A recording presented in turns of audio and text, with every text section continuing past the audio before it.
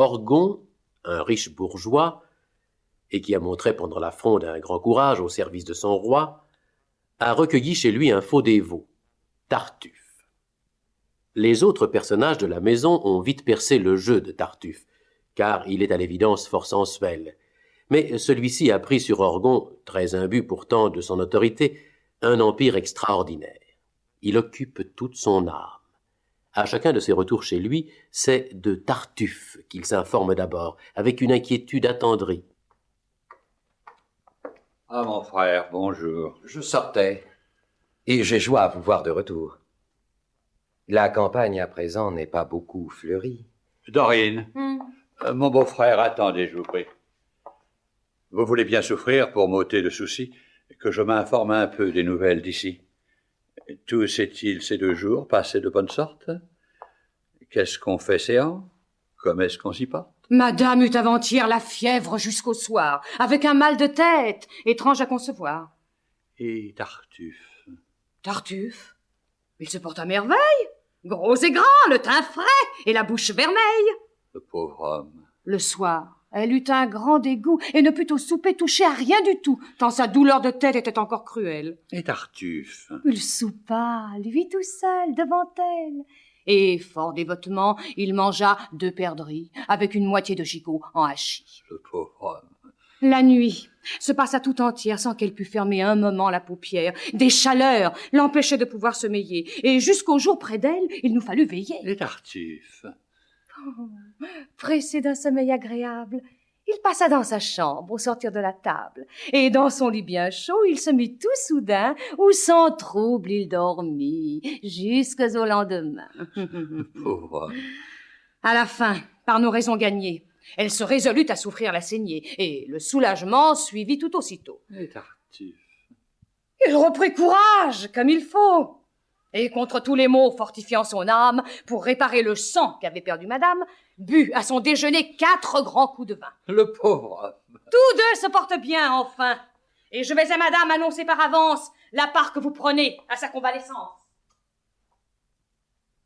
À votre nez, mon frère, elle se rit de vous, et sans avoir dessein de vous mettre en courroux. Je vous dirai tout franc que c'est avec justice. A-t-on jamais parlé d'un semblable caprice? Et se peut-il qu'un âme ait un charme aujourd'hui à vous faire oublier toute chose pour lui? Qu'après avoir, chez vous, réparé sa misère, vous en veniez au point... Halte là, mon beau-frère. Vous ne connaissez pas celui dont vous parlez. Je ne le connais pas puisque vous le voulez. Mais enfin, pour savoir quel homme ce peut être... Mon frère, vous seriez charmé de le connaître.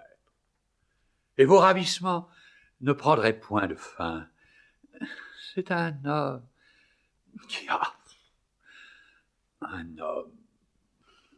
Un homme, enfin, qui suit bien ses leçons, goûte une paix profonde, et comme du fumier, regarde tout le monde. Oui, je deviens tout autre avec son entretien. Il m'enseigne à n'avoir affection pour rien.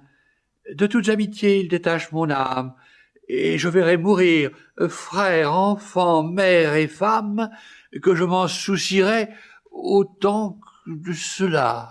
Les sentiments humains, mon frère, que voilà. Ah, si vous aviez vu comme j'en fis rencontre, vous auriez pris pour lui l'amitié que je montre. Chaque jour, à l'église, il venait d'un air doux, tout vis-à-vis de moi, se mettre à 2 genoux. Il attirait les yeux de l'assemblée entière par l'ardeur dont au ciel il poussait sa prière. Il faisait des soupirs, de grands élancements, et baisait humblement la terre à tout moment. Et lorsque je sortais, il me devançait vite pour m'aller à la porte offrir de l'eau bénite. Instruit par son garçon, qui dans tout l'imitait, et de son indigence et de ce qu'il était, je lui faisais des dons. Mais avec modestie, il me voulait toujours en rendre une partie. C'est trop, me disait-il, c'est trop de la moitié. Je ne mérite pas de vous faire pitié. Et quand je refusais de le vouloir reprendre, aux pauvres à mes yeux, il allait le répandre. Enfin, le ciel chez moi me le fit retirer. Et depuis ce temps-là, tout semble y prospérer. Je vois qu'il reprend tout, et qu'à ma femme même, il prend pour mon honneur un intérêt extrême. Il m'avertit des gens qui lui font les yeux doux, et plus que moi 6 fois, il s'en montre jaloux. Mais vous ne croiriez point jusqu'où monte son zèle. Il s'impute à pécher la moindre bagatelle. Un rien presque suffit pour le scandaliser, jusque-là qu'il se vint l'autre jour accusé d'avoir pris une puce en faisant sa prière et de l'avoir tué avec trop de colère. Parbleu. Vous êtes fou, mon frère, que je crois. Avec de tels discours, vous moquez-vous de moi. Et que prétendez-vous que tout ce Mon badinage... frère, ce discours sans le libertinage. Vous en êtes un peu dans votre âme entichée. Et comme je vous l'ai plus de 10 fois prêché... Nous espérons que vous avez apprécié cet aperçu.